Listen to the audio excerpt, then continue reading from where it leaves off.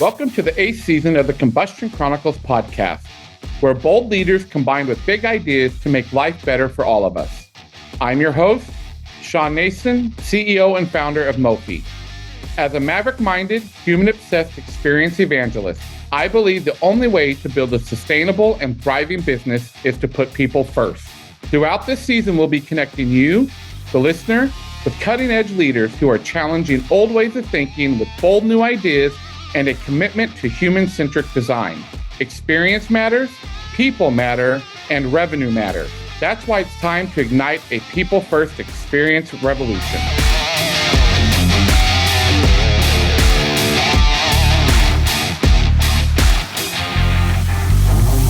My guest today, Theo Edmonds, is the directing co-founder of CU Denver's Imaginator Academy, which is a cultural analytics strategy and futurist innovation hub.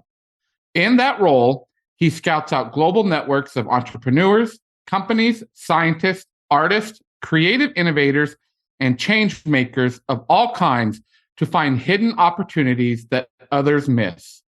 Theo is a skilled, energetic, culture futurist and innovator with 25 years of senior-level strategic, national, and international leadership experience, spanning the private, public, and nonprofit sectors.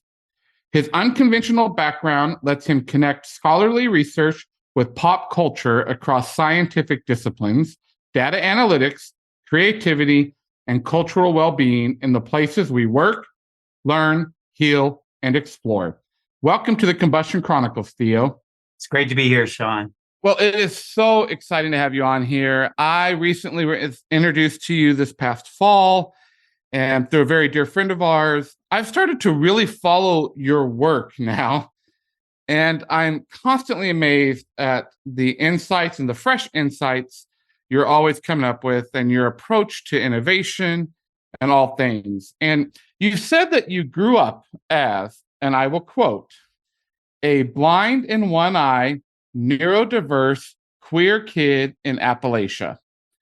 How does that background fuel your innovation insights? I think it's the core of the human experience that whatever we are kind of naturally born with, those are the tools that we begin working with and adapt and use as we go forward. Now, whether or not we allow those to be a strength or to be the source of weakness because we try to hide them is a different question.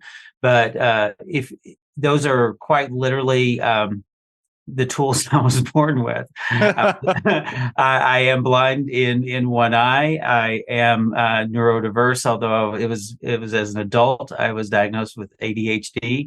I'm definitely part of the queer community.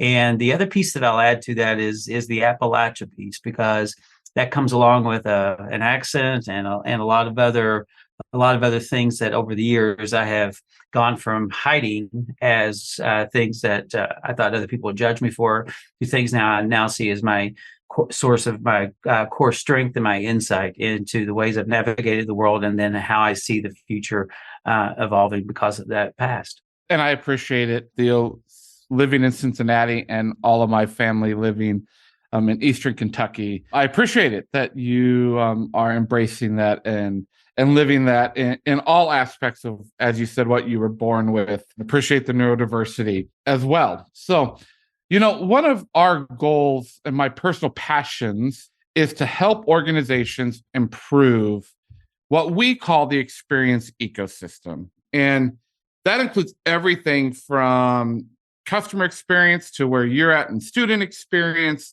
to vendors, to partners. But so often we have seen this pendulum swing lately to a default in digital solutions. And the amazing thing is you have built this Imaginators Academy, right? And it's very non-digital. And you've pointed out that creativity without purpose isn't enough in today's digital world. So how can organizations keep their end goals in mind without stifling creativity? So let's unpack some of the definitions there. So I think in some ways, I think I would maybe reframe them the Imaginator Academy just a bit and say that it is, while we're not specifically focused on digital strategies, digital tools are the bread and butter of contemporary society. And so what we're focused on is the human interaction with those tools. And so if you kind of think about over the last few weeks with Chat GPT, there's been, a lot of hand wringing going on around what is it going to do to artists? What is it going to do to writers? What is it going to do to fill in the blank?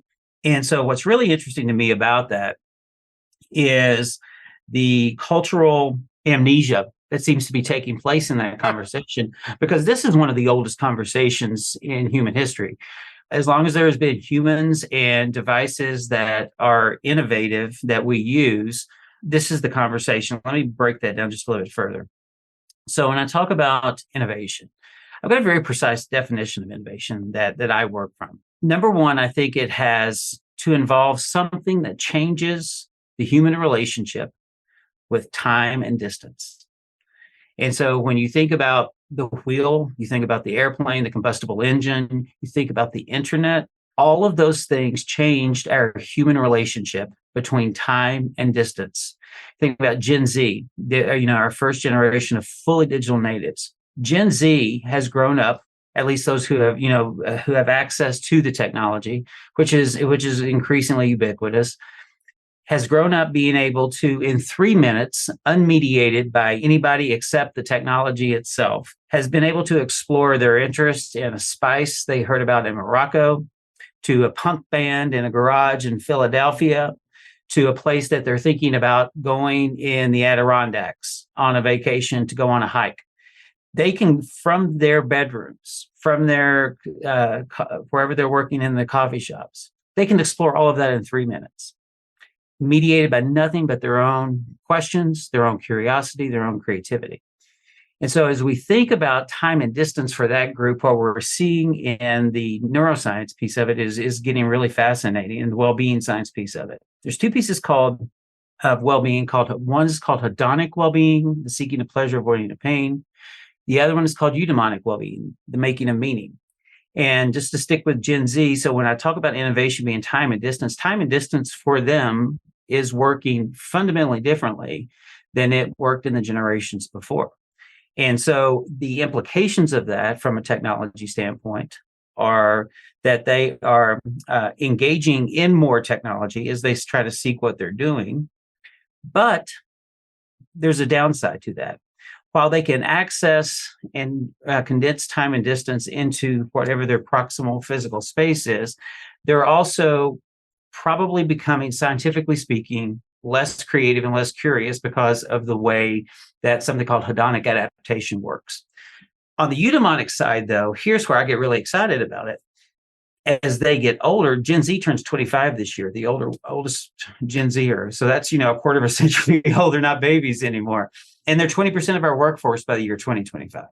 Very important to remember that, global workforce.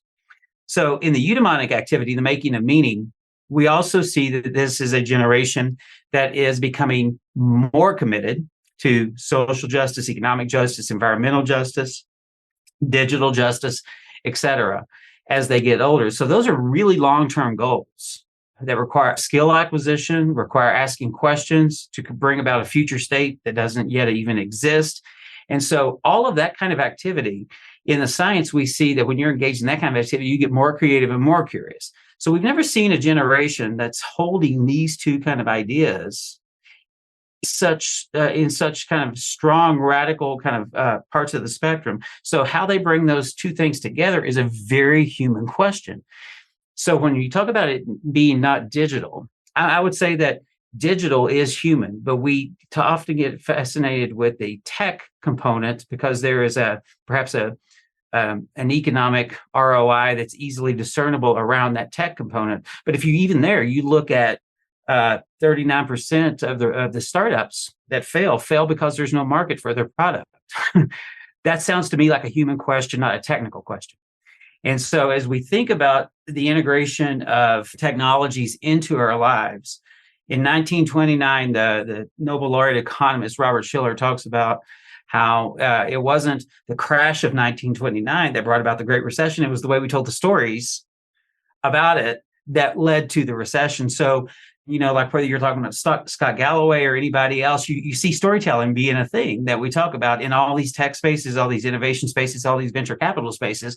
So the human and the technical are really just kind of no different in some ways than when we first started using the wheel to condense time and distance to get done what we were trying to get done as humans. So I love that play, and not even play, but that change and shift of definition. And I actually want to go back now to a definition that I think we need to also set here. And this comes directly off of your website at Imaginator Academy. It says, culture shapes business, people shape culture, artists shape change, backed by science, grounded in courageous imagination. We are future-proofing American innovation through creativity, workplace well-being, and cross-culture collaboration. Can you tell us what courageous imagination is? I would love to explain that. So let's take them separately before we put them together.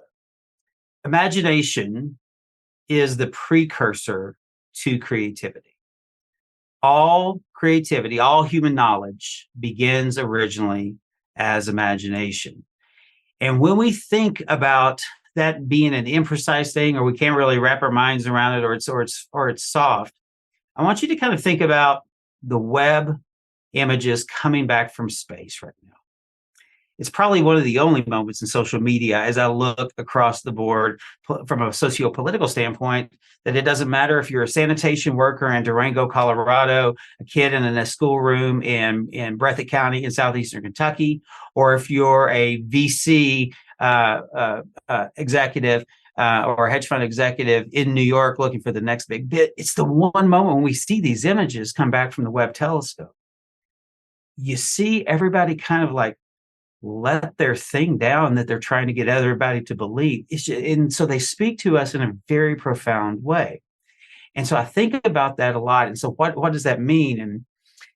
And so when we think about imagination, that's imagination at play, because it's reminding us that there is something that we have inside of us that we know is there, but we are not connected to it anymore. And so we begin working to put ourselves back in connection toward it.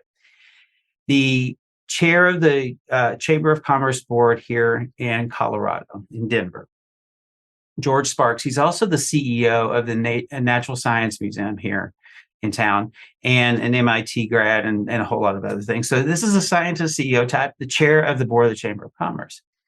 He reminded us this year that at the annual Chamber luncheon, that everything, whether you're talking about a nation, an economy, a company, a technology, a bridge, a school, everything comes from only two places: the things that we bring out of the earth and human imagination.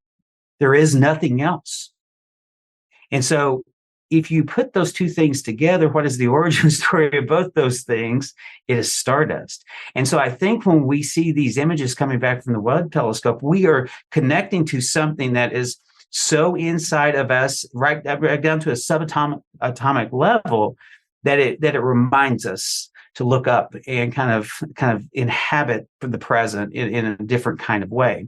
Even if you need a scientific definition kind of to see this, one of the more fascinating articles that I saw this year was around, one of the core ideas around quantum mechanics is sometimes everything from a proton, neutron, electron is a wave. Sometimes it's a particle. We don't know why. Some of the MIT popular mechanic profiled one of the big studies this year, and it was asking the question is there such a thing as objective reality from a quantum physics standpoint? And the answer is no, probably not.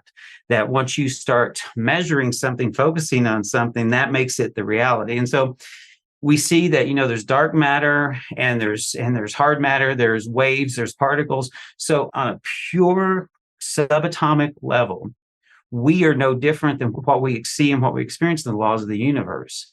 Now, the way we express that, again, comes from the materials, the tools we have available, the things that would come out of the earth and human imagination. And so everything that we know as our lives, as our economies, was created by just those two things. So imagination, precursor to creativity, there's a lot of science behind it also.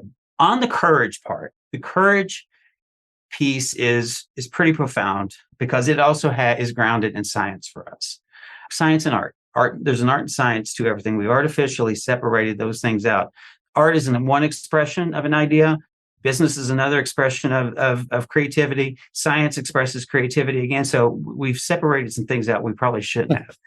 And so when you think about courage, one of the reasons I started really focusing on courage is because in today's society, the way that we train ourselves to navigate has often been to try to be more like everything we see around us so that we fit in.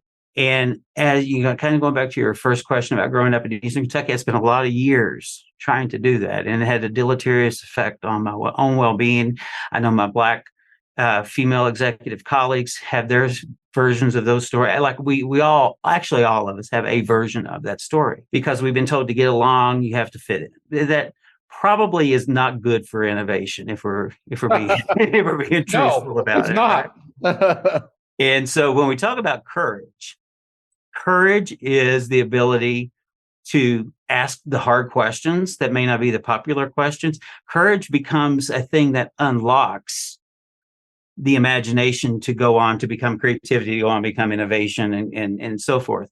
But when you think about courage, the reason we started really kind of focusing on that too is because in the work we do at Imaginator Academy, there is the science of creativity, and that's how we measure the capacity of a group, a company, an ecosystem to come up with a novel idea, a novel insight, or reframe. It could be look a lot of different ways. But then the ability for that to go beyond a latent capacity or just the capacity to do it, for it to go beyond that latent capacity and get unlocked to go on to become enterprise-wide value depends upon the group's ability to function as a group, to nurture it from the nascent novel idea and shepherd it all the way through into new economic or social value.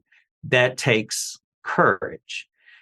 Courage and well-being are really closely connected in the workplace. And we started looking at courage a little bit out of some data signals that we were seeing in relationship to allyship in the workplace. And we kept seeing the signals that told us that people who are identifying themselves as allies with the LGBT resource group or the Black resource group, the Hispanic resource group, what have you, that the people identifying themselves as ally within their companies, within those groups, were the ones receiving the pro-social well-being benefit of allyship. And so because we disaggregated all the data, we could also see that none of that was finding its way down in support or the flourishing of the group with whom the allies say they're allied with. And so we started trying to parse out how could we get a better measure around that. And we found some really fascinating research that actually comes out of some original work in research with the trans community.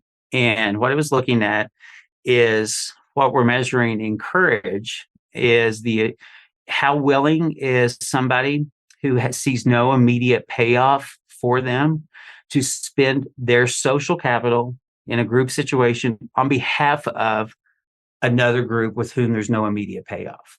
So when you think about psychological safety, Amy Edmondson out of Harvard, some of the things that we hear out. So there's a relationship here between the latent capacity that's sitting in all of our organizations, imagination, creativity, the well-being and the courage of a group to be able to ask the hard questions and to let themselves be seen. That unlocks that capacity for it to then move on to become enterprise-wide innovation. So courage and imagination are measurable. They're scientific concepts that come from across many disciplines, but there's also an art to both of those things. And that is distinctly human, and that's what we're focused on there. Wow. All right. So let's now shift that into workplace cultures, right? So workplace cultures have shifted dramatically, as you know, Theo, from the pre-COVID days to where many organizations haven't changed their thinking. I actually read an article recently where Spotify is doing away with meetings, which is going to be interesting in this new concept, right? So, how can leaders, give them one piece of advice, bring fresh, culturally responsive perspectives to their associate and employee experience? I am a child of the 80s. And so I am going to kind of defer here and use one of the great philosophers of the 80s, Keanu Reeves, in bringing this idea forward. Here's what I mean by that. We have all these cognitive biases built into our brains that tells us that the thing we're looking at and the way we're defining it is true. When in reality, any researcher, any scientist who looks at this stuff will tell you it's never true. What you're doing is you're using all of your lived experiences brought to that moment to define what you're looking at through your lens, not through the lens of the thing you're trying to define. And so the reason I bring up Keanu Reeves, I'm writing a book right now called Woeology. And Keanu Reeves uses the word woe in 150 different ways, depending on the context. And so if you could even Google it, and it'll come up. You just like Keanu Reeves, whoa. And there's montages made that you can see how he's used that term to mean surprise, to mean interest, to mean intrigue, to mean, consternation. It can mean a whole lot of different things. And what I love about that is with just one word, he has been able to really surface the nuances of the many different ways of reading a situation. And so I think that the one piece of advice to leaders is that the humility to understand that your way of defining things is only your way of defining things, and that you have a lot of cognitive biases that you need to always be aware of and check for, is going to open up a lot of things that are probably going to be uncomfortable at first, because it might be a little bit of a blow to your ego. And especially in the business world, we like people to feel confident and sure. And so we get a lot of great performances of confidence and so forth. But I don't know if you've been paying attention to some of the movies that have been coming out on Netflix the past year, where we're all there, whether it's WeWork or Theranos, or right on down the line. Confidence is sometimes being able to say that you know where the frontiers of your knowledge are, and that you can't get to the next place with just what you know. That's a humility piece. And I think we've made a pretty big mistake in the US of saying that humility is a weakness, that not being confident is a weakness. Anytime that I am working, say, for example, with the Global Brain Capital Alliance I work with, that's 20 or so of the top economists and the top neuroscientists in the world. They know where the frontiers of their knowledge are. So they are not afraid to say, on the economist side, for example, that GDP, while it may be interesting, is not a great indicator, because just collecting a bunch of economic activity based on NACE codes or economic output from a historical standpoint in a world that is changing as fast as we are, and looking at a lagging indicator that doesn't tell you exactly why something happened or the nuances of it, it just tells you here was the thing that happened, doesn't tell you much about how to navigate toward the future. And so I think the far up the food chain you go on expertise and people who are really deeply sophisticated in their particular discipline, their particular silo, those are the people that have the greatest humility, because they understand that it's only in weaving the things together across these different silos that we get to the next place in today's world. That may not have always been the case, but in today's world, it certainly is. I love woeology. And now that you have made me think through that, I'm like, now there needs to be a book, I guess, in my daughter's term. I have a 14-year-old daughter. The term that they use now is slay.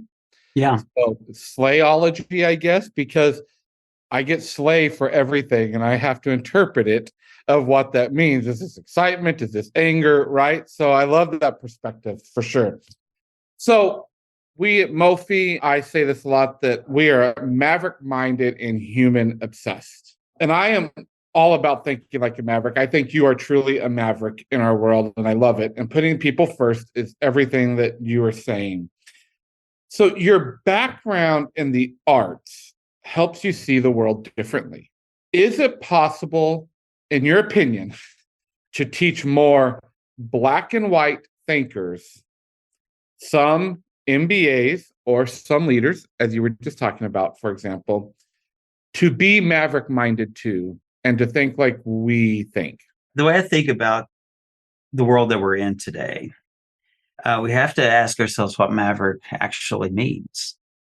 If it's to be contrarian, is that valuable? Maybe in some context, it absolutely is. But then in creativity science, we talk about, because being a maverick could produce divergent ideas, but there comes a point when you have to produce convergent goals. If you're building your personality, if you're building your reputation on just being a contrarian always, and there's no proof over a course of a career that you've got the ability to execute and marshal vastly different thinking people toward a common goal, I wonder how successful you're actually being, maybe outside of your own brand. So I think that in today's world, our social media landscape reinforces kind of that for a lot of people. And one of the people that I really watch a lot, her name is Vivian Ming, calls herself the mad scientist. She's a neuroscientist. I mean, like, this is one of the most accomplished, incredible thinkers out there in the world. What Vivian was talking about really recently on the Sparks and Honey episode I heard her on was the fact that going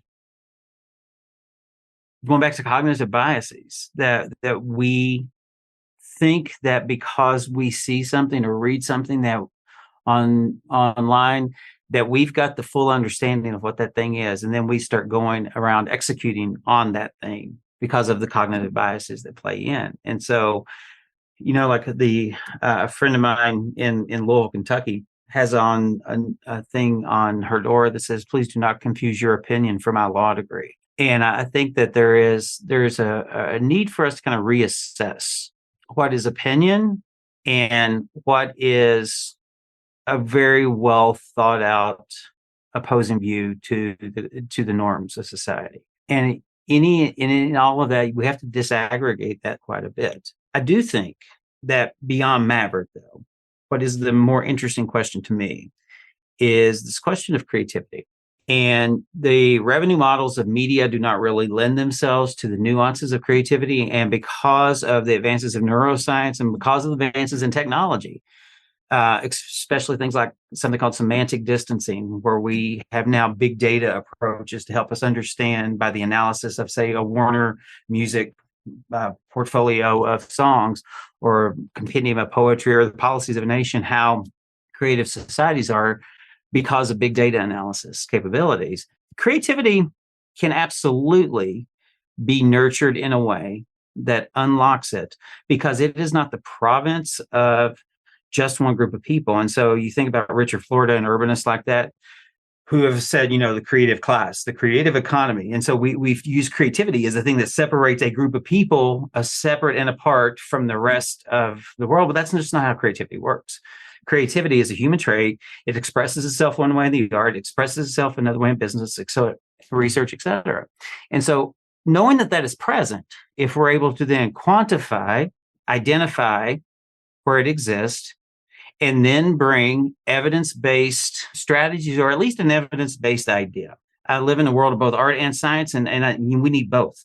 But bring that evidence to unlocking that latent capacity, that can absolutely be taught at an organizational level, can be fostered, and that's the stuff that becomes innovation. There's a very famous researcher, Margaret Bowden, who is at the University of Sussex, and Dr. Bowden is well on in her career.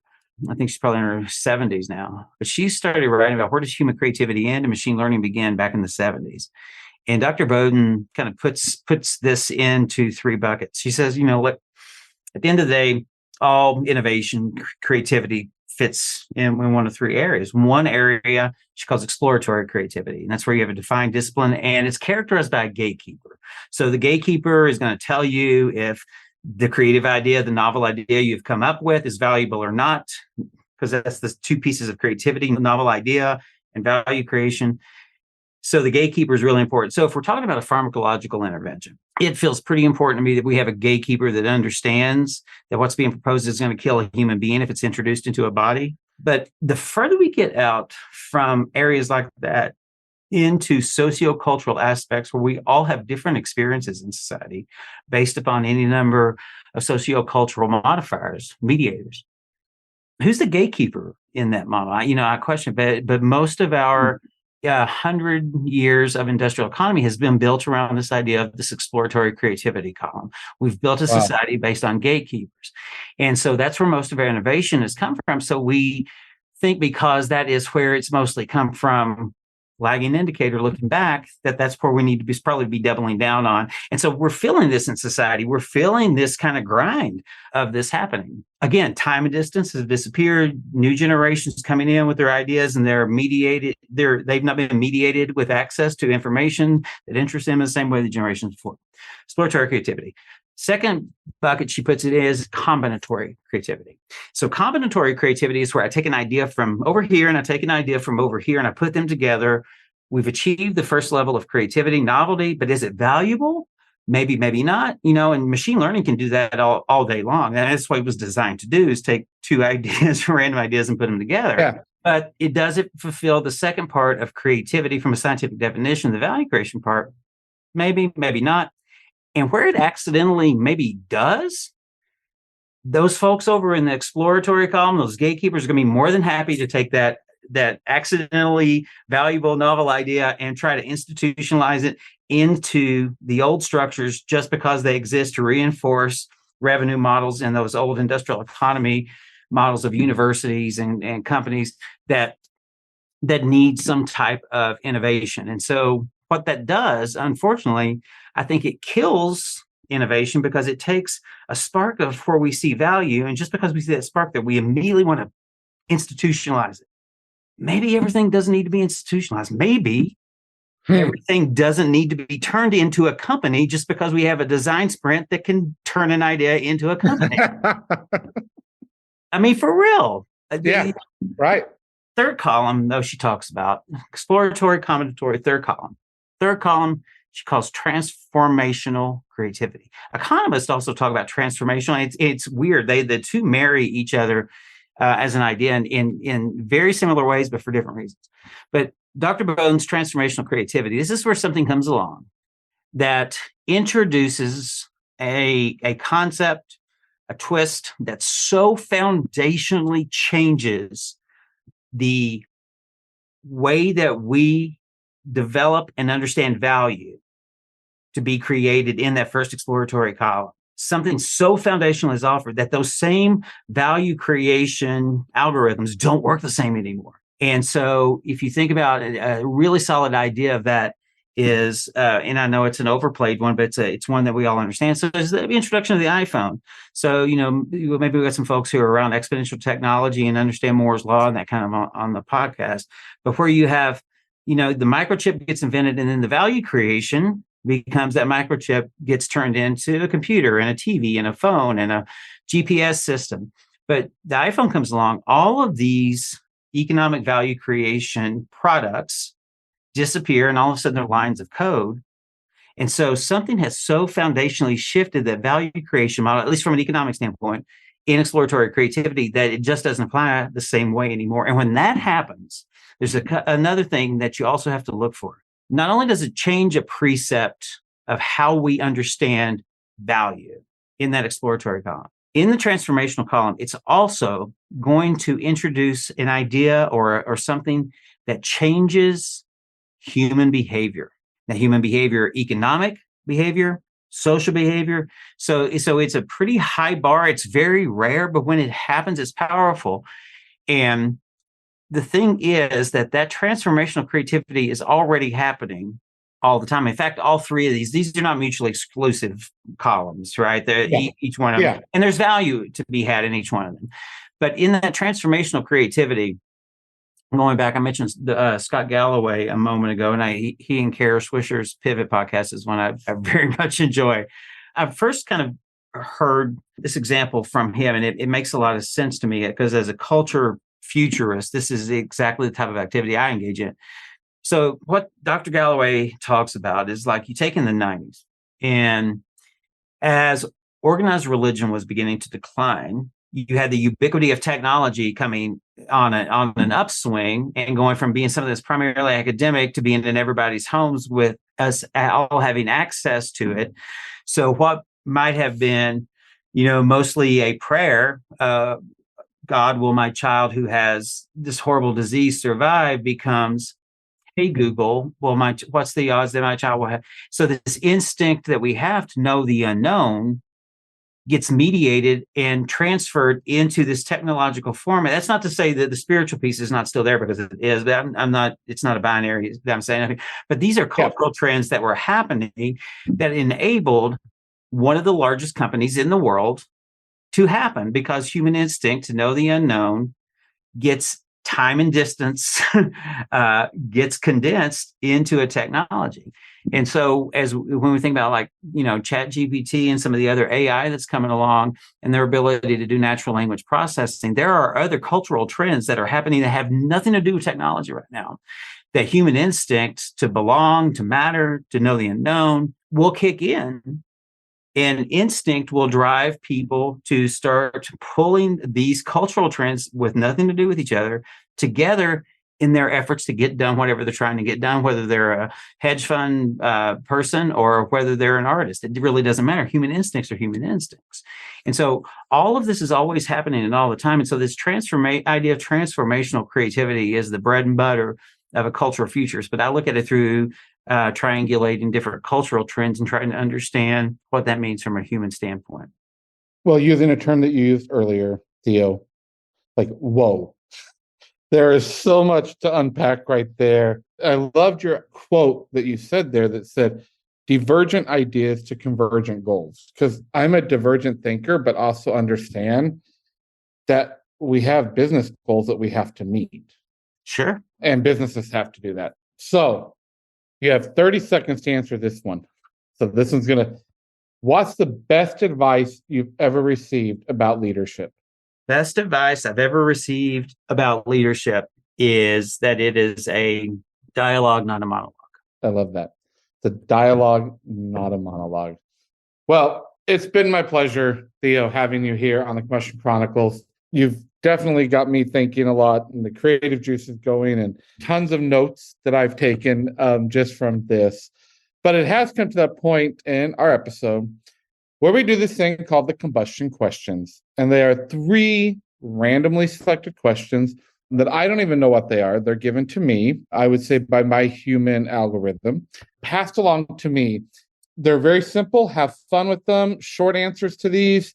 Are you ready for your 3 combustion questions? I'm a queer hillbilly. I was born ready. Let's go. So if you were a dog, which breed would you want to be? If I was a dog, I would want to be a beagle. A beagle. Do I dare ask why? I loved the idea of Snoopy as a philosopher growing up. And of course. I should have thought of that one, Theo. All right. Combustion question number 2. What's your favorite pancake topping? I don't like pancakes. There you go. We're not even going to ask why on that one. We're just going to leave that with, we don't like pancakes. All right. Number 3. What do you think about glue sticks? I think they should always be accompanied with glitter. That's just like a drop the mic. That's another whoa, or as my daughter would say, slay. I lived in New Orleans 13 years, and like glue Mardi Gras glitter. Parades, glue, glitter, everything. Awesome. Even as a contemporary artist, spectacle has always been something that I enjoy. I grew up also through the years with a lot of drag queens around me. There you go. So glue more glitter the better, right? Yeah. Well, again, Theo, thank you so much. And thank you for this amazing wisdom and knowledge that you presented to us through humility. I really do appreciate that from today. So thank you. Stay safe and be well, my friend. All right, Shawn, thanks for the opportunity. And I hope there's some things here that people will find useful. Thanks so much for listening to this episode of the Combustion Chronicles. If you've enjoyed this episode, please take a few minutes to subscribe, rate, and review. Remember that I'm always looking to meet more big thinking mavericks. So let's keep the conversation going by connecting on LinkedIn. If you want to discover more about human-obsessed, maverick-minded experience ecosystems, go to mofi.co, where you'll find ideas and resources to help you ignite your own experience revolution. Or go to experienceevangelist.com to learn more about my mission to challenge leaders to blow up outdated, siloed systems and rebuild them with an aligned human-first approach. As always, stay safe, be well, and keep blowing shit up.